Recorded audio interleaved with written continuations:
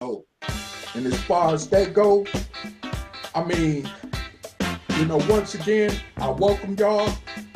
And I'm here in St. Louis, in live and living color with my brother Taalik.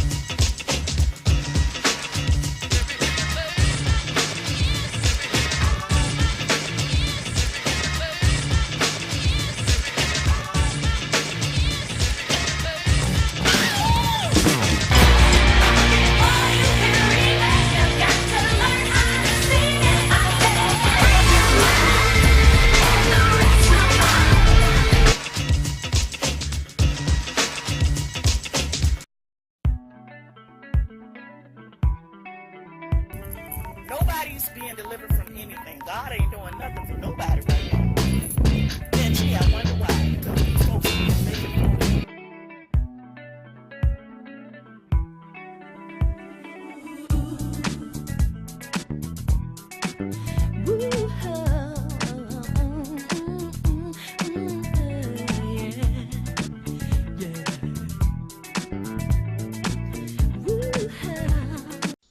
And that is all Angel Nup 7 has been saying.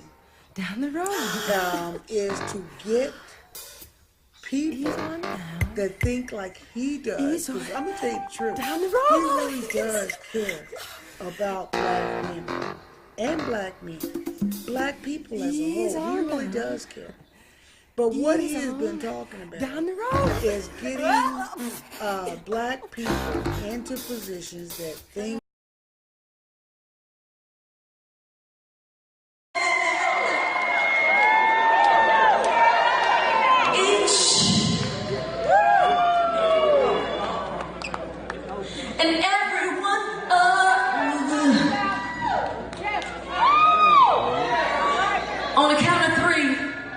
would y'all do this next part with us? Because you see, it's because of you guys that this... Everybody get outside! You know what the time is! Come on!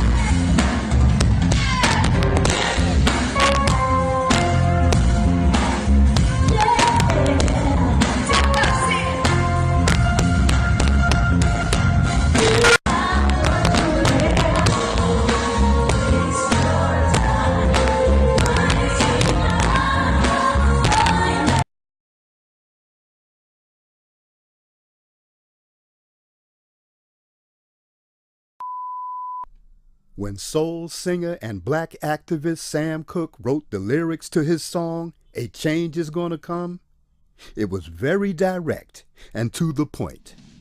With some changes to it, the song was still digestible.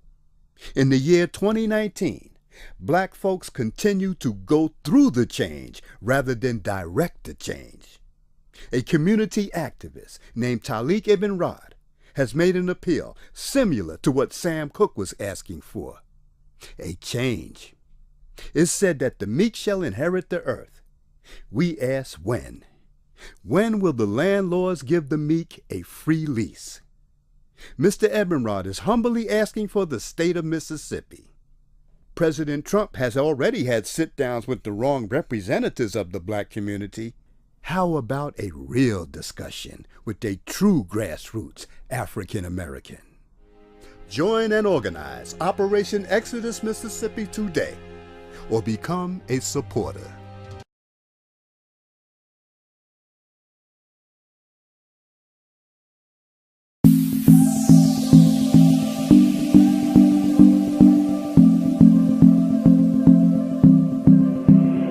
Micah. The first annual PPU retreat and vacation was an absolute success.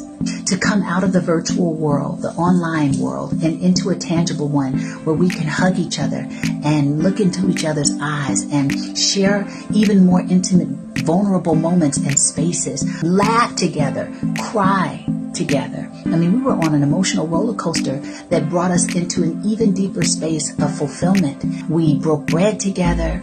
We supported each other in the most interesting moments. We built our dreams together. It was such a beautiful experience, and I look forward to building with this family for years to come.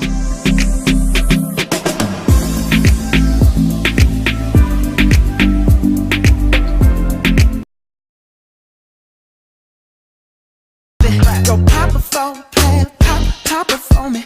Turn around and drop it for a plan, drop it for me. By brother Angel Snubnub 7 at the Realities Temple. And to give props to him, because I listened to all of Angel Snubnub 7's videos, I think that he comes from a different angle. And there's a powerful message in a lot of the videos that he put out, and I try to catch all of them. I look at him as a free thinker and a person that's willing to challenge those of which he don't agree with, or which he may think differently from, and I really respect him for that. He's challenged KNBS, and he has also challenged the black supremacy movement as well. And I have nothing against that, because that which cannot be challenged cannot stand and will not stand, and will not survive the test of time. How many challenges we can withstand will determine how long we will be able to stand.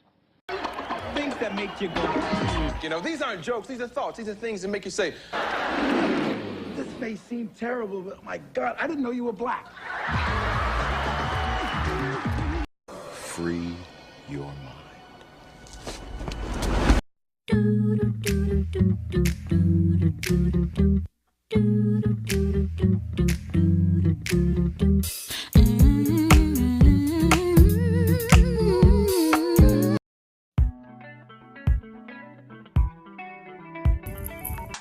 According to the modern definition of terrorism as outlined by the Department of Homeland Security, black people collectively have always been terrorists to white supremacy. Runaway slaves were terrorists against white supremacy and oppression. Harriet Tubman was a terrorist, Nat Turner was a terrorist, DeMarc Vesey was a terrorist, and all other slave rebellions were form of terrorist activity. Marcus Garvey was a terrorist, Malcolm X was a terrorist, and the Black Panthers were terrorists. The hip-hop movement of the 1980s and 1990s was a terrorist movement. Therefore, any and all Negroes caught studying the works of these terrorists will be immediately suspended from YouTube. You will also be taken to Guantanamo Bay for further processing.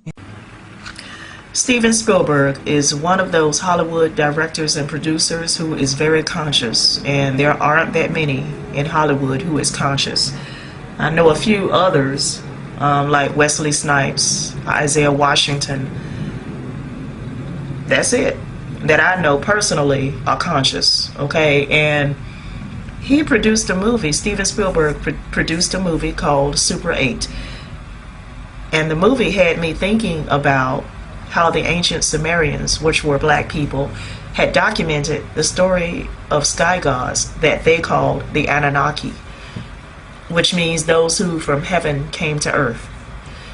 And the Sumerians documented how these sky beings came down from the heavens, and they genetically engineered Homo sapiens to be their slaves. They also cohabitated with Homo sapien women and produced offspring of their own, which later became rulers, you know. And I'm like, wow, you know,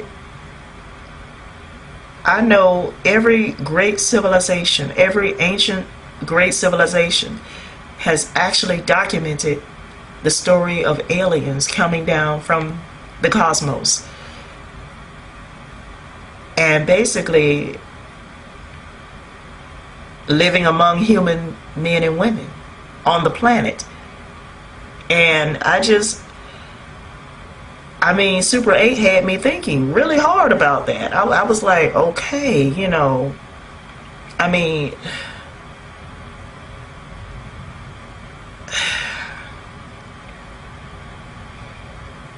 if you have not read the story of the Anunnaki, I advise you to read the story. You know, the Sumerians talk about these sky beings that came down from the heavens around 450,000 years ago. And they came for the resources on this planet. They came specifically for the resources. So I am really beginning to really believe these ancient stories of aliens documented by the ancients. You know, I believe it. You know, even the Egyptians documented aliens coming down from the heavens. And ancient Egypt is the oldest civilization on the planet. Okay, it is not the Sumerian civilization. That's not the oldest civilization. Egypt is the oldest civilization. A lot of people are stuck in the matrix and will probably laugh at a few things I say in this video concerning aliens having visited this planet numerous times. They would rather believe the biblical fairy tale of the sons of God having took for themselves wives and then produced offspring, which were the giants, documented in the Genesis account. You know, they would rather believe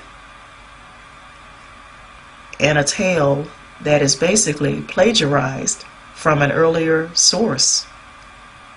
Because the Genesis account concerning the sons of God is a plagiarization from the earlier sources concerning the sky beings that came down from the heavens, that came down from the cosmos. Okay? You're reading a plagiarized story in the book of Genesis, chapter 6, concerning the sons of God. The Bible is a book of fairy tales. The Bible is not the Word of God.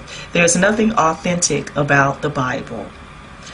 The Bible is basically a book of plagiarizations. That's all it is. I mean, you know, the book of Proverbs was plagiarized from the Egyptian mysteries.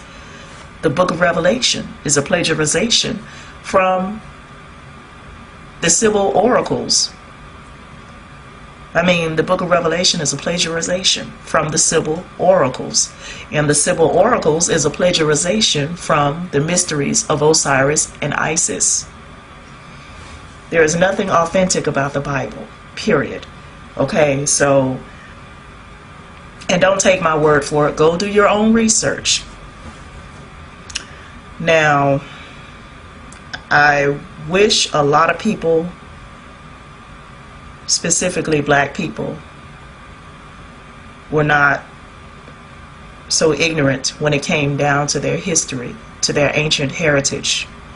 Unfortunately, there are a lot of ignorant black people when it comes to their ancient heritage. They don't know shit.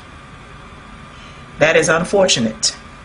It really is. It's very unfortunate, because I feel like if more black people in America knew their ancient heritage, if they actually knew who they are as a people,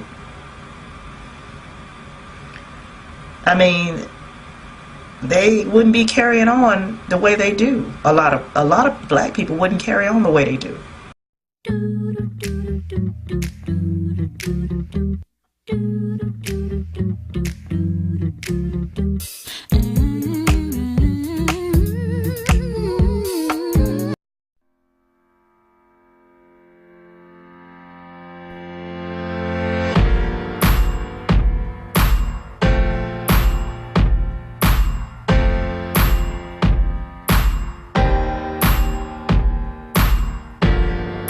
Man, why do I have to make a video like this? Why? I'm gonna ask you, why do I have to make a video like this. It's mind-boggling. It's mind-boggling. But not really. When you understand the mentality and the mindset of a people who have only known slavery. They are gods and kings and queens and American citizens and all kinds of stuff, but they still think and act like a slave. They don't act like a citizen. They don't act like a god. They don't act like a king or a queen or a goddess. They act like slaves. It is a slave mentality to wish bad on another oppressed person. What they call it, the crabs in the barrel. What brings me to this particular few minutes is that there are certain individuals, maybe even groups, but at this time I know individuals, and they actually more than 4 or 5, I know at least 10 descendants of slaves born in America, 10 black folks, 10 Africans, Aboriginals, whatever you want to call yourself. I know at least 10 who want this Mississippi campaign, OEM, they want OEM to fail. And we haven't even got started. I officially, and you need to watch, if you have not watched it, you need to watch Soul Liberation Day 2019. I officially kicked off Operation Exodus Mississippi campaign just last month. It's January and December. Just kicked it off. We just got started. And there are Negroes and Niglets and Negresses. You know, those are labels also. There are those, before we can even get started, they looking for failure. But see, this is the thing, and I want to make this clear to y'all naysayers, all you chumps, all you wackos that is against or reject the Mississippi campaign. I am the vessel. Myself and Brother Taalik, we was talking one night, and this idea or this concept came to birth. I'm just a vessel. Brother Taalik is just a vessel. We're just the glass. We are not the water. The Mississippi campaign is the water. And you need water in order to live. You need water to drink. And if you're thirsty, in need of a drink, but you reject the water because that's not the right cup, that's not the right vessel it should be in, then you will die. It's not about myself. It's not about Brother Taalik. It's about a concept and idea that you need in order for you to get your drink so that you can live. You reject this concept and you will die. Because this concept, this idea covers everything that we will ever need. And we should be happy instead of wishing something to fail, because the failure is not my failure. It's not Brother Talik's failure. It's your failure. So if we lose, you lose. You wishing ill on me, you wishing us not to be successful, you only wishing your own destruction, which you're living it right now, because you have nothing better than this campaign concept. You don't. You've been around. There are those who keep talking about this Mississippi campaign. Some of y'all have these ideas and you've been around for years. and you have produced nothing. It's not working. Why? Why isn't it working? And this is the sad thing about it. I was a member under Farrakhan, the Nation of Islam, at least 9 years. 7 to 9 years. I have been a part of churches. I supported the Hebrew Israelites, the 5%, almost all, probably all of you at one time or another. And I still, see, this is the thing about it, I still will support you. On YouTube, there are YouTubers, some of them are still here, some of them have been terminated and they decided not to come back to YouTube. I have supported countless YouTube people on social media. Did they support me? No. I continue to support them. You know why? Because I am real about what y'all call black unity. I support Sonetta. Sonetta don't support me. Don't even want to talk to me, and that's good. It's all good. Because they want credit. They want celebrity. They want fame for whatever they do. That's why. They are afraid that if you mess with Angel Snub 7, I will take your audience. I will take your audience. They don't want to support me like I would them. I am not against Brother Ben X. But Brother Ben X, Sonetta, Tariq Nasheed, Umar Johnson, all these persons, Tommy Sotomayor, if you think they don't know about Angel Snub 7, you really thinking wrong. Believe me, they know. I have too many videos and have been around too long for them not to know. But many of these persons, they want credit. They don't want to support the Mississippi campaign because they want to give credit to Umar. They want to give credit to Taalik. They want to give credit to God. They want to give credit to some higher power.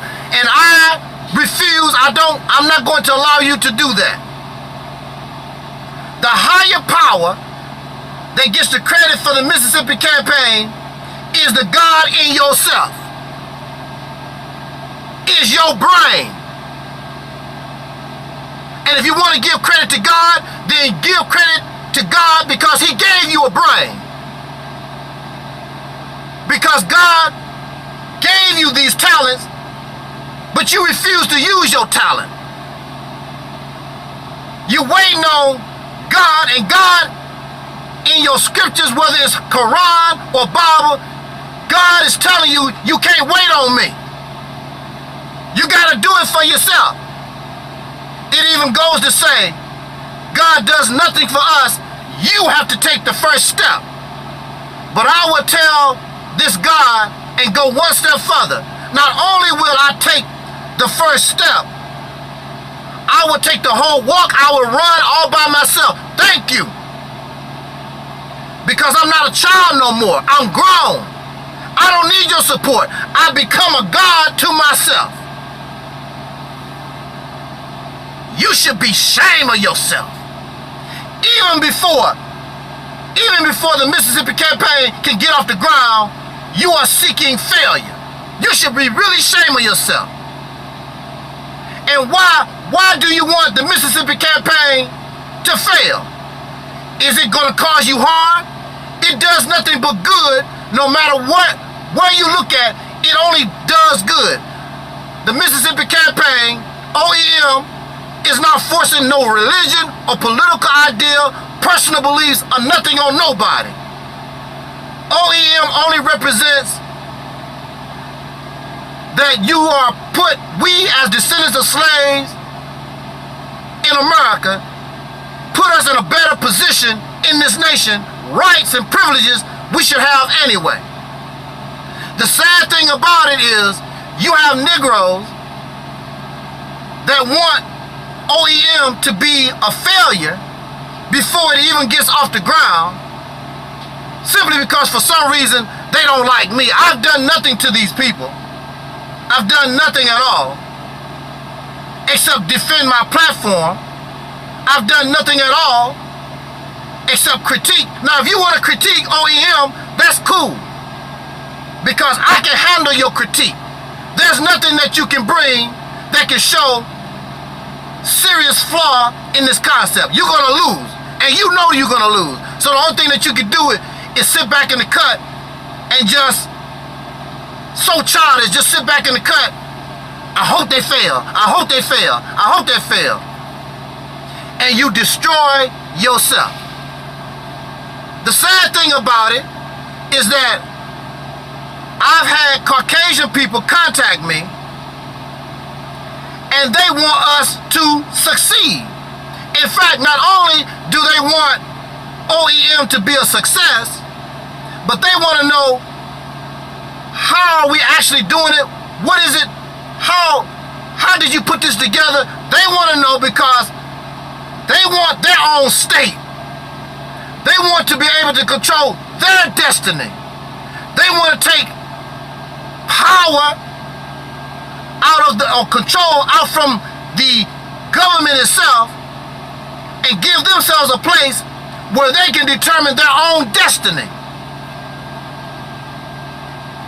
So you have Caucasian people who are hoping for the success, or wishing for success, because they see something valuable in what is being done. They see the validity. They see the reality. They see they have a vision. They see the concept. But you don't have a vision. You don't have the ability to look beyond the now.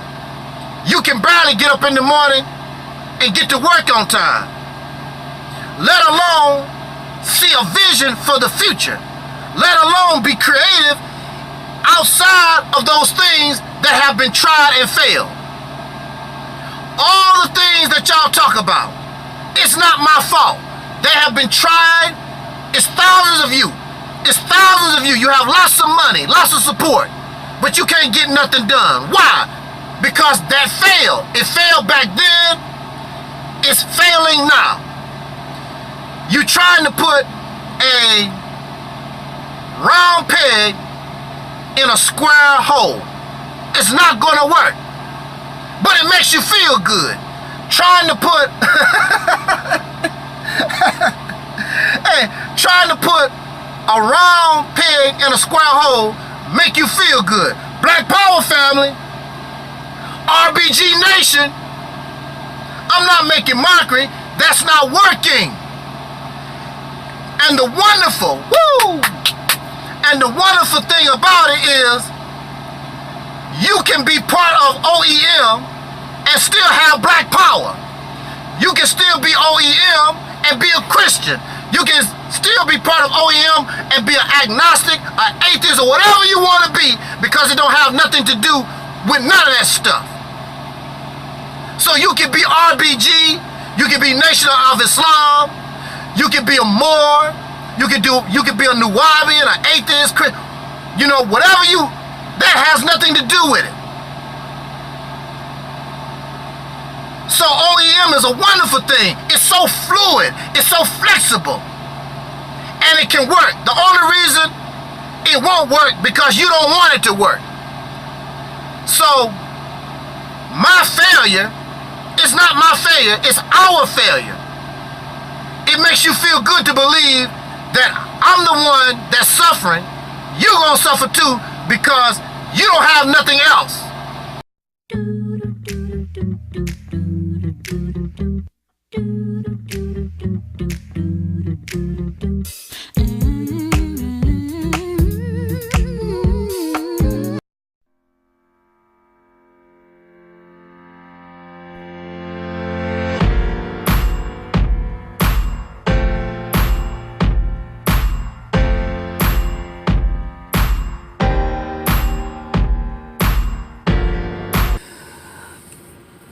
Oh man, I'm gonna tell you, quite seriously, this brings me sadness, because what we know of as pro-black is supposed to be a good thing. pro-black is supposed to be a good thing. The godfather of soul, the original soul brother #1, James Brown, had a song. Ha! I'm black and I'm proud. Say it loud.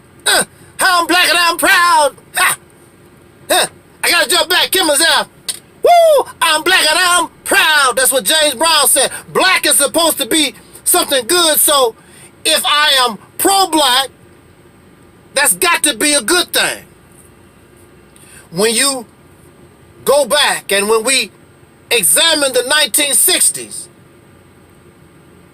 you throw up the black power fist. I'm black and I'm proud. And there was a brotherhood and there was a sisterhood. There was a family among those that were black. Because I'm black, I was called black. I'm pro-black because I love black. Even if you was light-skinned, we knew that you was pro-black. Even though you was dark-skinned or in the middle, it don't make no difference. As long as you was a soul brother, a soul sister, as long as you was black, you claimed black, pro-black, that was love. Power to the people. But unfortunately, in our day and time, pro-black has turned ugly. Pro-black is not about love of black. Pro-black has turned into something vicious and nasty, something that is a form of slavery of the black, of the oppressed dark-skinned person, the slave, the descendant of slaves born in America. It is no longer a good thing. Why you say that, brother? It's not about what I say. It's what we can easily observe. I've never, in my interaction with persons on social media, those calling themselves pro-black are the most nasty, vicious, violent, disgusting pieces of trash. They hate you because you don't want to submit to what they think you're supposed to be. They hate our people because they don't submit to their form of slavery. Pro-black equates to slavery. They have the same mindset as the racists do. It's all about black. It's all about your skin color, the melanin. That's all come out of their mouth. They are materialistic, just like the slave master, the racist pink demons. There is no difference. The white supremacists or the pink supremacists, they find joy in their skin color. It's all about their skin color and their white power. And when you talk to these pro-black folks, it's about black, black this and black that and black power. They have no concern, no respect, and they belittle and make mockery of other people on this planet. The same way the racists do. It's all about their melanin, their skin color. They have no respect for others on this planet. In fact, some of them say all other people except the black should be made extinct and kill them off. The same type of rhetoric that you hear from the pink races.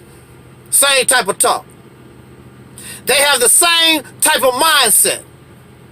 They hate homosexuals. They hate the gays, the lesbians. They hate the interracial couples. They just hate. They just filled with these different types of unjustified hate towards those who have never done a damn thing to them. But these are your friends. These are the ones, these are our allies. These are the ones that's supposed to gain liberation. And another thing, it is thousands and thousands of these pro-black people what have they done for us? They have accomplished nothing. They offer you nothing. They offer you no employment. They don't offer you no housing. They don't offer you nothing except a bunch of talk. At least the races, even though they don't want to, a lot of the races can offer you a job.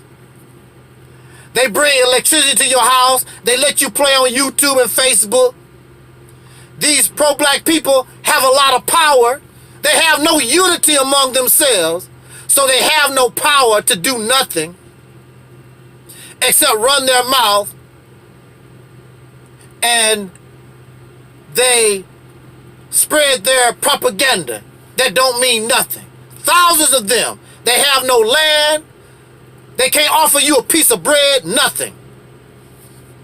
They have the same type of mentality or mindset, maybe even worse than the races. They want to be slave owners, just like the races. They want to tell you what to do, when to get up, how to think, when to take a dump, when to take a leak, what God to believe in. They want to control your life, just like the racists do. Now, under the pro-black mentality or the mindset, and one of the greatest accomplishments in our history would be Black Wall Street, correct? Many of y'all on Black Wall Street, it was so wonderful. Yeah, it was. Black Wall Street is wonderful. It was. If you want to live like your massa. If you want to live like your massa. Had they not wanted to live like their massa, maybe massa would not see them as a threat, viewed them, and became jealous of them, and perhaps Black Wall Street would not have been bombed to death. But they wanted to live like massa, and they copied massa, and then they end up suffering the wrath of massa. What are you saying, brother? Black Wall Street was good. What is good about trying to copy your enemy? What is good about having the same mindset and copying and want to live like your enemy? Now, they back in the day, Black Wall Street, this is all they knew. This is all they knew. So their idea of success was copying what massa do. Their idea of progress is what they saw the massa do. But the only thing they was doing was basically just copying massa. You should not want to be like your oppressor. Whatever your oppressor is doing, you should want to do the opposite. Because clearly, what your oppressor was doing was not good for you. But our people did not know. There are many of you, and I watch people like Boyce Watkins and other black capitalists, these folks. They want you to live and think like your racist oppressor. And we talk about, and we think that generational wealth is good. Generational wealth is good if you want to live like racists. If you want to live in this unnatural lifestyle. Generational wealth is good. Brother, you way off base. What are you talking about? Look, generational wealth is unnatural. Have you ever seen a squirrel with generational wealth?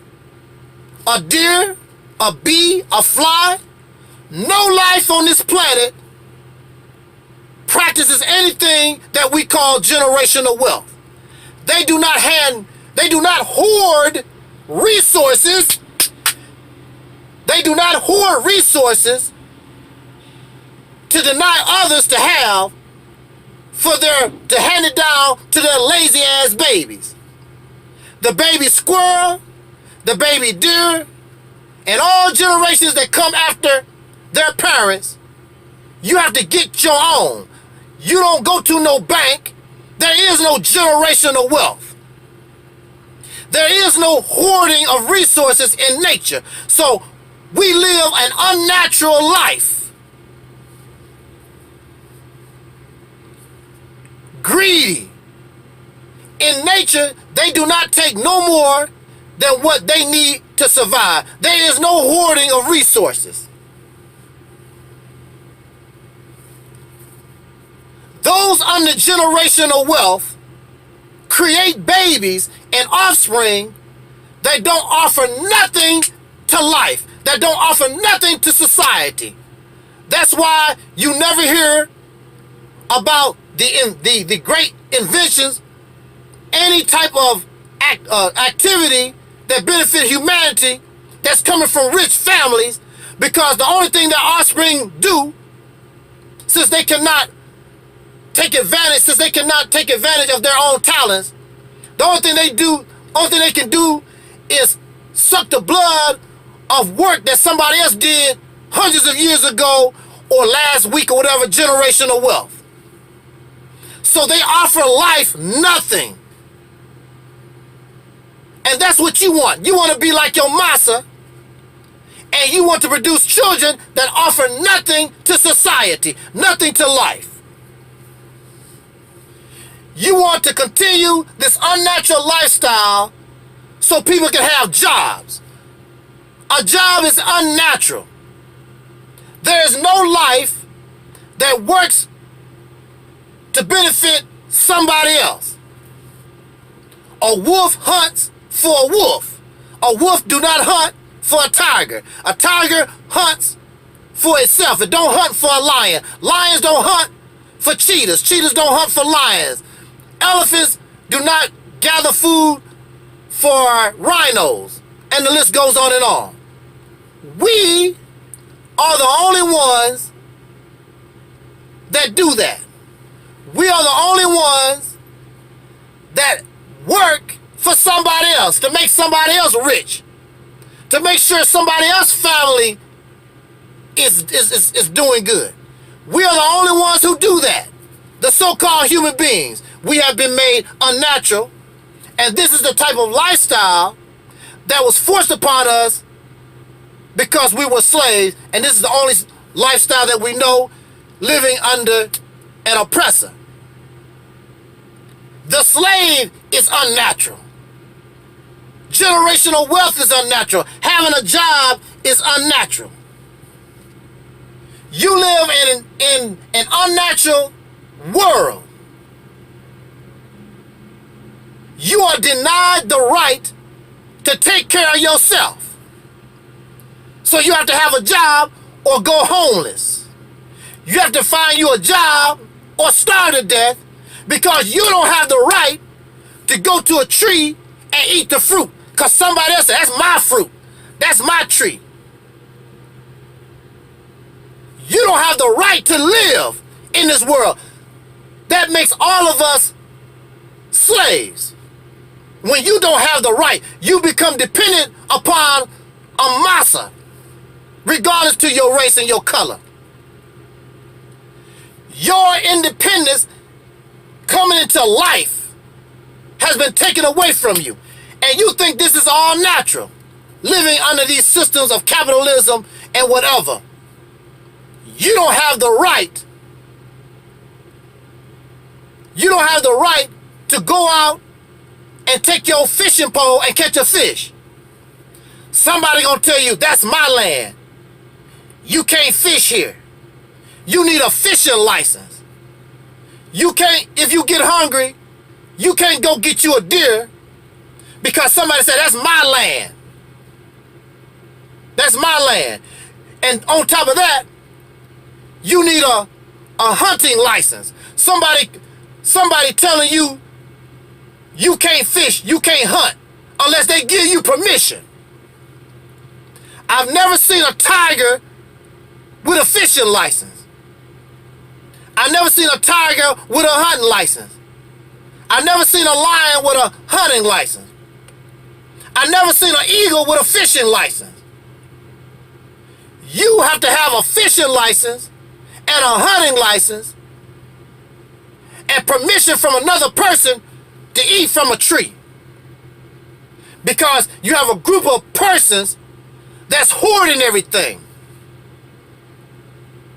In nature, you do have certain animals that have territory. Just enough territory so they can take care of themselves. They're not trying to own the earth. You can't go to a pond and drink some water. That's my pond. This is my land. You can't drink out of that pond. Who the hell are you? This is the type of unnatural, sick life that we're living, and the pro-black folks have the same type of mindset.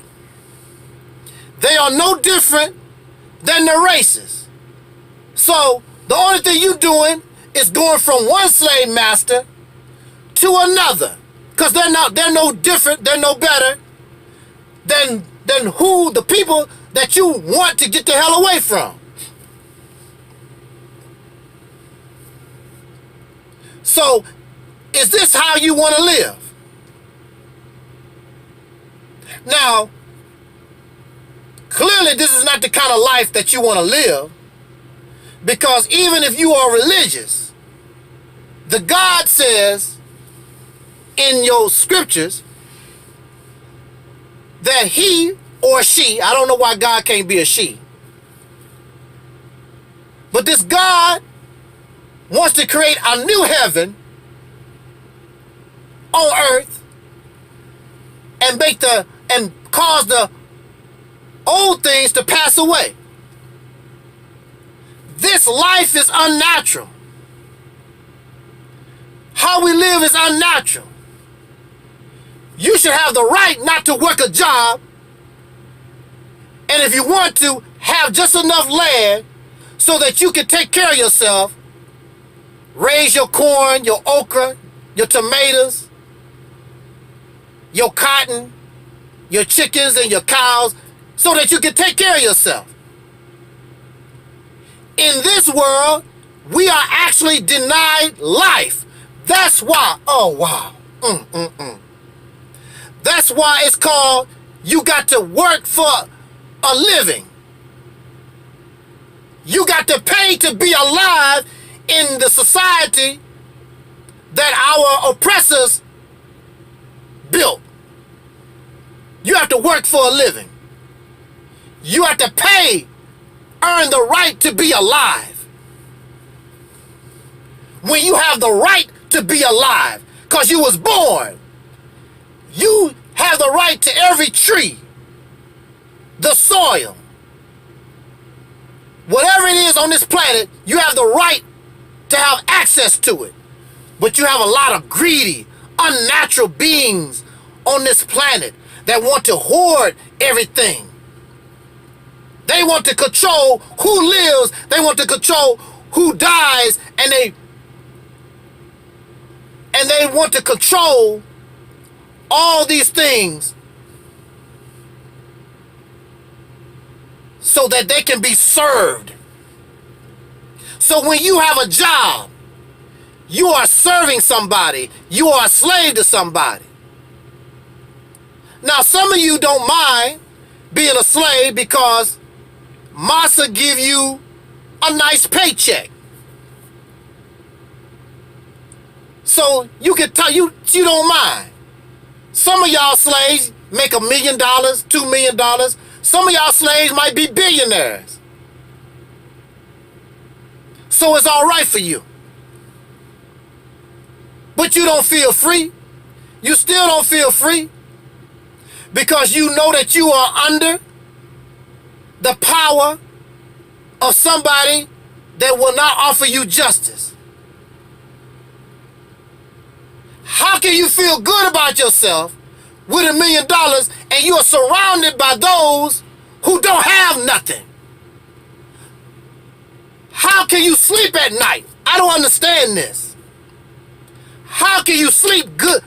How can you sleep good at night knowing that there is plenty for everybody and you have people homeless on the street? I was talking to my sister, Nova Levine, and she said that should be a crime. Look, she said it should be a crime against humanity to have human beings homeless on the street. Because it makes no sense. It's plenty for everybody. But you live in a world, you live in a society where you have a group of suckers that hoard everything. You even have pro-black folks that think the same way. So it don't make no difference if you get liberation from the races.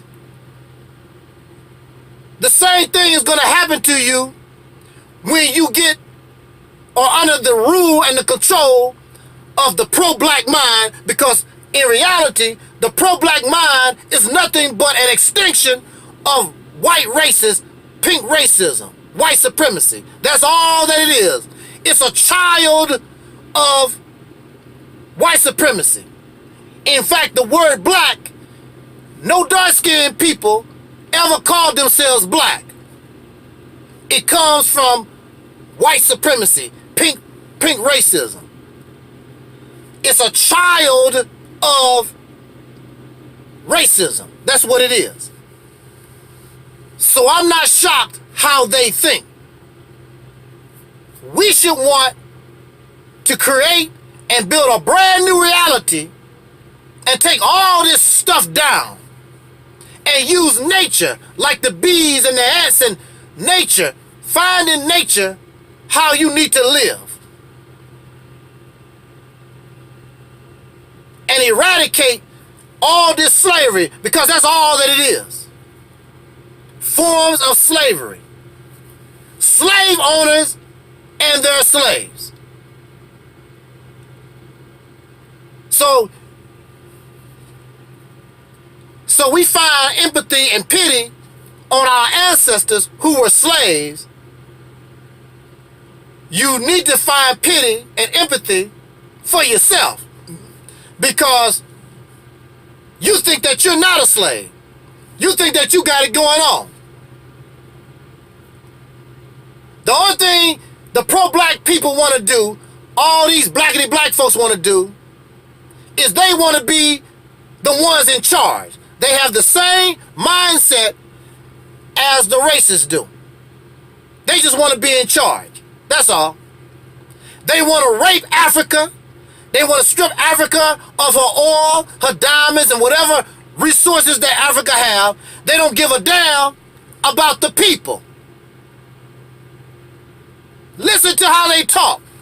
Listen how they treat us on social media. They don't give a damn about you. They just want to use you for their purpose, just like the racists done. So in essence, pro-blackness is not a friend. Pro-black, in the mindset that it is right now, is not a friend to soul brothers and sisters. It is an enemy.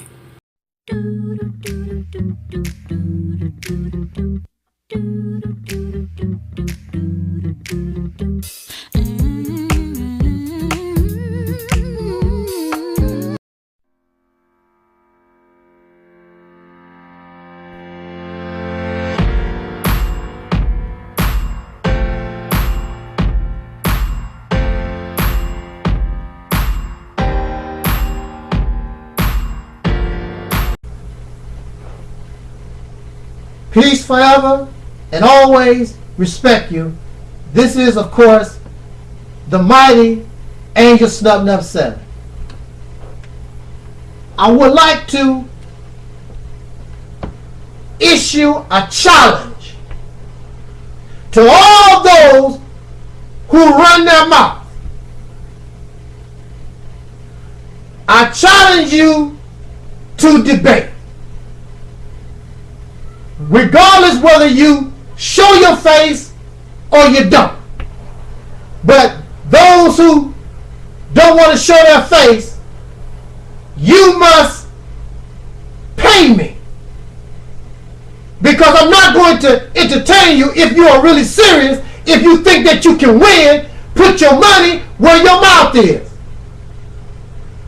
and I'm only going to charge you $50. So send $50 to my P.O. box, and I will debate you wherever you wish. But I'm not going to mess with faceless people. But I challenge anybody for free, if you show your face and come on Skype. I don't know exactly how you go about recording the debate from Skype, but I know it can be done.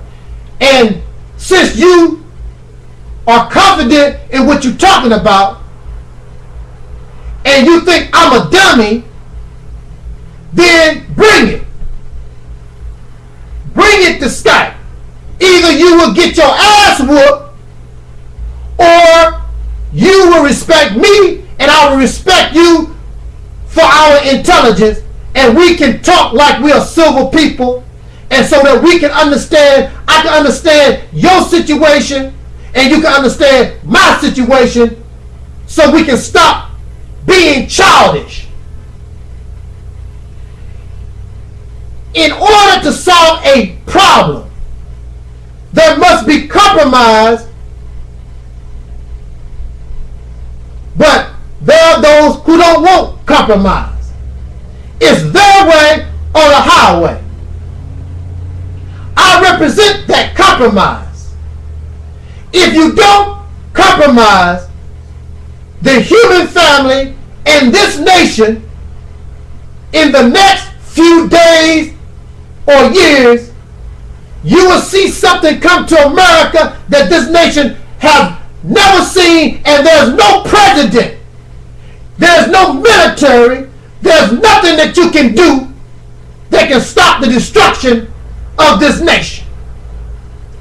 Those who are living right now, you can prevent a tragedy, because I'm going to say this, being truthfully, that this nation can be, and it should be, a most wonderful example of nationhood. It should be a great example of what a diverse people can do when they come together. But at this time, multiculturalism in this nation is all a lie. It's a fraud. Because you have the white community, you have the black community, you have the Hispanic community, when this should be the United States of America, the whole community, no matter where you live. But there's separation. The whites want to be with the whites. The Mexicans are with the Mexicans. The blacks are with the blacks. It is not multicultural. It is not diverse. And when it comes to economics, when it comes to the things in this nation, it's dispersed that way. So if you are on the bottom of the ladder, and that's where black folks are at, then you get the crumbs falling from somebody else's table. We are